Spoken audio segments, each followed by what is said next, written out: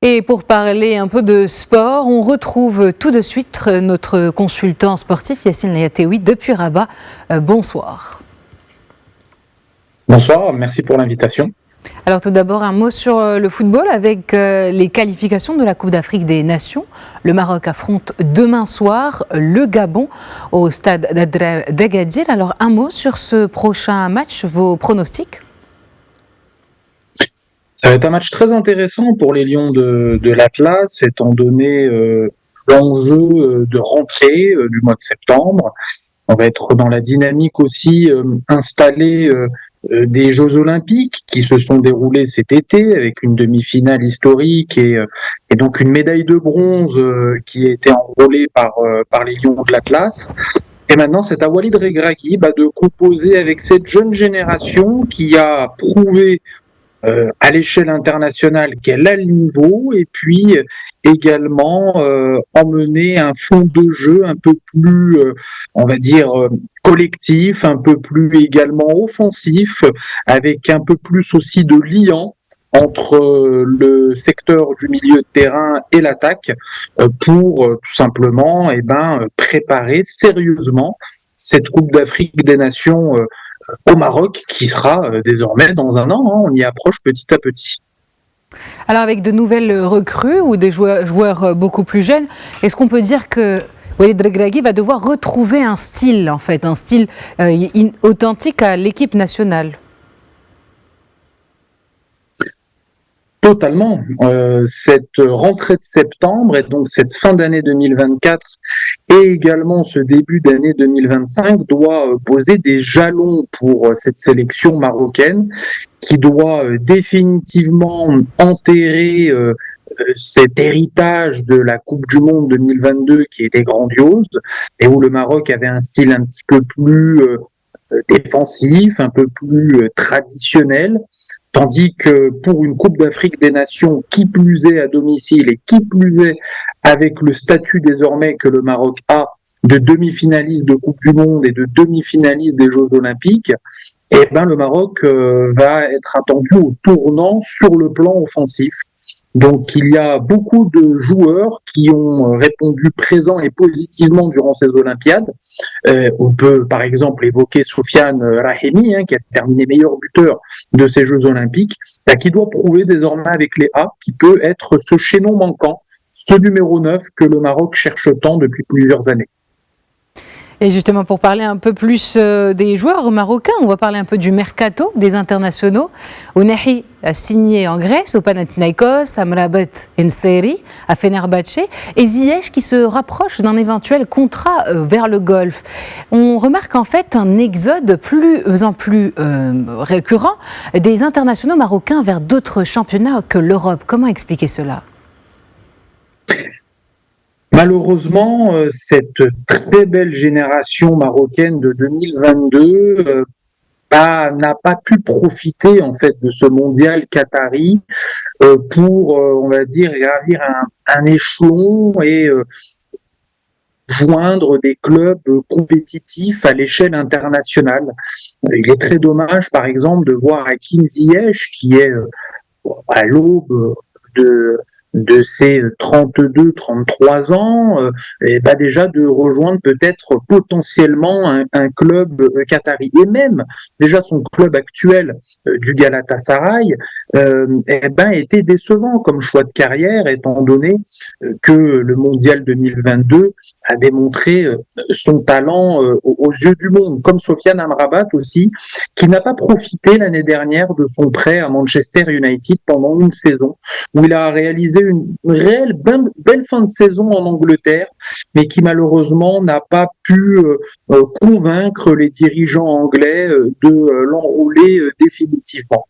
Cette vieille génération désormais qui atteint désormais la trentaine bien consommée va se voir bousculée par une jeune génération qui a été très présente aux Jeux Olympiques et qui, eux, par exemple, montrent des choix de carrière un petit peu plus judicieux. On peut penser, par exemple, à Bilal El Khanous, qui a quitté donc sa Belgique natale pour rejoindre Leicester, donc promu en première ligue, et donc va jouer tous les week-ends dans le meilleur championnat du monde, face aux meilleurs entraîneurs et face aux meilleures équipes du monde, et c'est une très bonne chose. Donc attention à cette vieille génération de ne pas réaliser ces choix qui peuvent être critiqués et critiquables et ensuite perdre leur place en sélection parce que les dynamiques commencent à s'inverser à 1 an de la CAN et puis à 2 ans d'une Coupe du Monde 2026 où le Maroc aura un statut à défendre, celui de demi-finaliste de la dernière édition. Pour rester encore sur du foot, le Ballon d'Or 2024, la liste des joueurs, presque aucun nom n'est africain, aucun joueur africain dans cette sélection. Est-ce que les joueurs africains ne méritent-ils pas plus de considération ou est-ce que la nationalité joue beaucoup dans ce cas-là ? C'est bien malheureux, mais il est incontestable que être joueur d'origine africaine amène beaucoup de difficultés à un sportif de très haut niveau. On a pu le voir ces dernières années quand des joueurs choisissent une nationalité sportive africaine plutôt qu'européenne. Voir dans ce classement de Ballon d'Or l'absence de Brahim Diaz, qui a été le 12e, 13e joueur le plus décisif du Real Madrid la saison dernière, avec une saison pleine, que ce soit en nombre de buts ou de passes décisives, qui a gagné le championnat, qui a gagné la Ligue des Champions, et qui était vraiment un élément incontournable du Real Madrid de Carlo Ancelotti. On peut parler aussi d'Achraf Hakimi, qui a été quand même demi-finaliste de la Ligue des Champions, qui a été champion de France, qui a été le capitaine également du Maroc aux Jeux Olympiques, avec donc cette médaille de bronze. Ne pas le voir alors qu'il est incontestablement l'un ou le meilleur latéral droit du monde en ce moment est incompréhensible. Et puis, à l'échelle africaine, l'absence aussi de l'attaquant international guinéen, Serhou Guirassy, qui est absolument cartonné l'année dernière en Bundesliga, auteur de plus de 30 buts, et qui est aussi absent. C'est totalement incompréhensible, mais c'est dans la lignée, malheureusement, de ces dernières années, où les joueurs africains sont, on va dire, pas marginalisés par les instances internationales et qui doivent faire preuve de plus d'efforts afin de se montrer et d'être reconnus à leur juste valeur. Il va falloir que les sélections africaines soient dans la lignée que le Maroc a pris avec cette très belle locomotive du Mondial 2022 pour que tout simplement les instances internationales prennent au sérieux définitivement ces sélections africaines et leurs joueurs africains qui sont de parfaits ambassadeurs dans l'ensemble des championnats européens. Et pour finir, on va revenir sur la polémique de Vinicius Junior et sur le racisme en Espagne. Il a fait appel à la FIFA, mais est-ce que cette polémique ne cache-t-elle pas une autre raison venant de Vinicius Junior, peut-être un souhait de départ du club madrilène ?